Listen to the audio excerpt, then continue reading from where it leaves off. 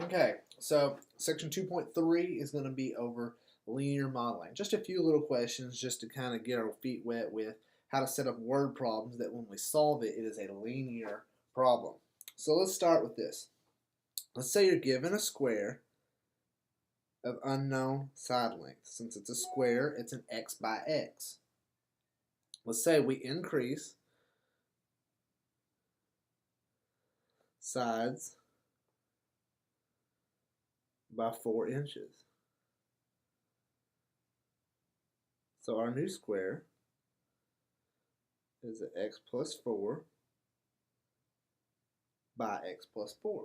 And we say that the new perimeter is 52 inches. Okay? So the question is, what is the size of the original square? Okay, so if we know that the perimeter of the new square is 52 inches, the perimeter of a square is just adding up all the side lengths. Since there's 4 side lengths, it's 4 times x plus 4.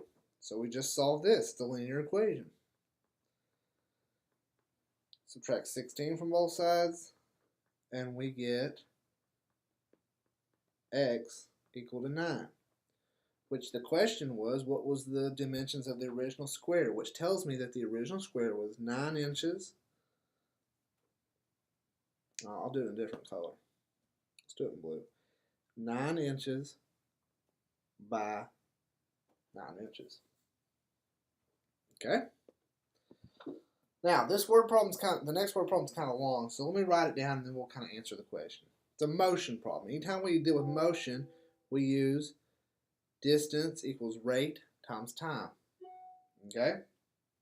So, let's say that Ed and Maria are going to a conference.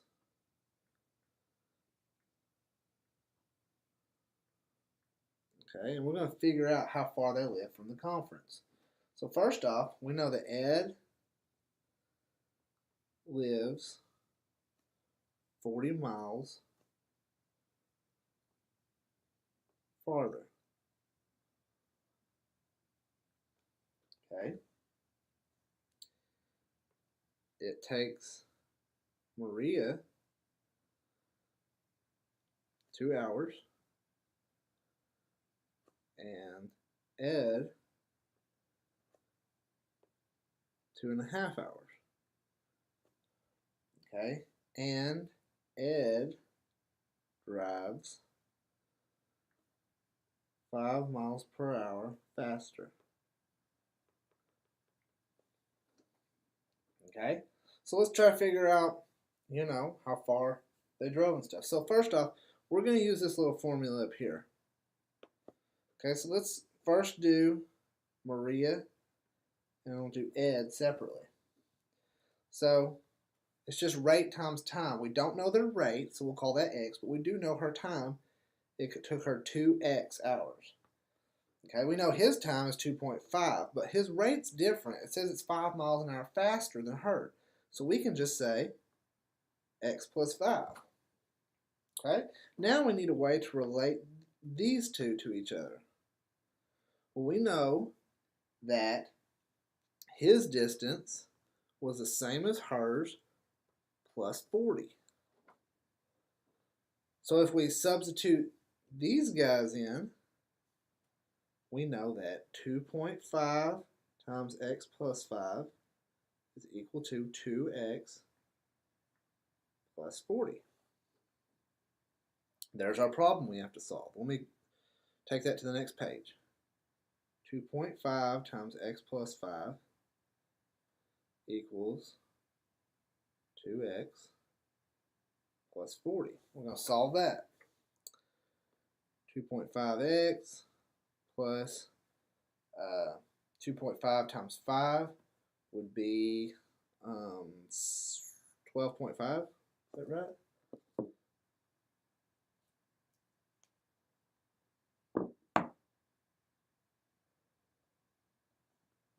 12.5. Okay.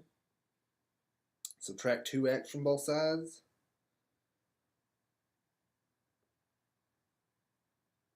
Subtract 12.5 from both sides.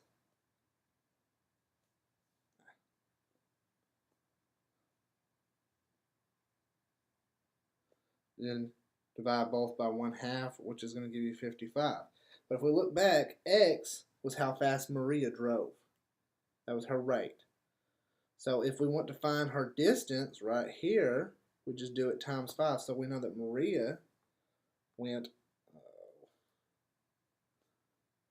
110 miles. And then Ed drove 40 miles further, so that's just 150 miles. Okay? Our last problem is called a mixture problem.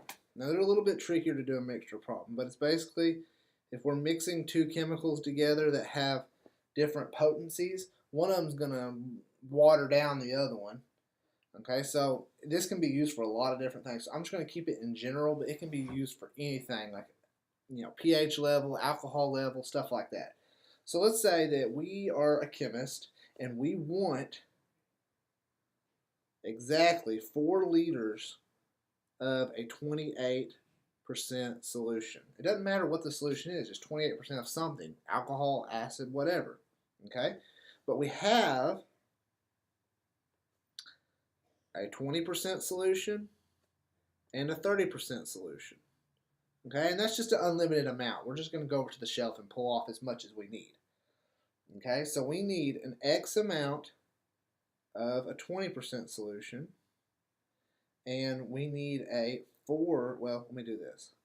Let me go down a little bit. We need 4 liters of a 28% solution. So if I want to relate those two to each other, of my 30%, I'm going to actually need just 4 minus X. Okay, because these two are going to add up to give me 4. So I don't have to put in another unknown variable. I can just say 4 minus X. Okay, so then this gives me 0.2X. This gives me 0.3 of 4 minus X. And this gives me 0.28 of 4. So if I take my solutions, it's saying I'm going to take, let me word this as I write it, I'm going to take X amount of a 20% plus 4 minus X of a 40%, and I'm going to end up with 4 liters of a 28%. Run out of room. Okay, so let's go on the next page and solve that.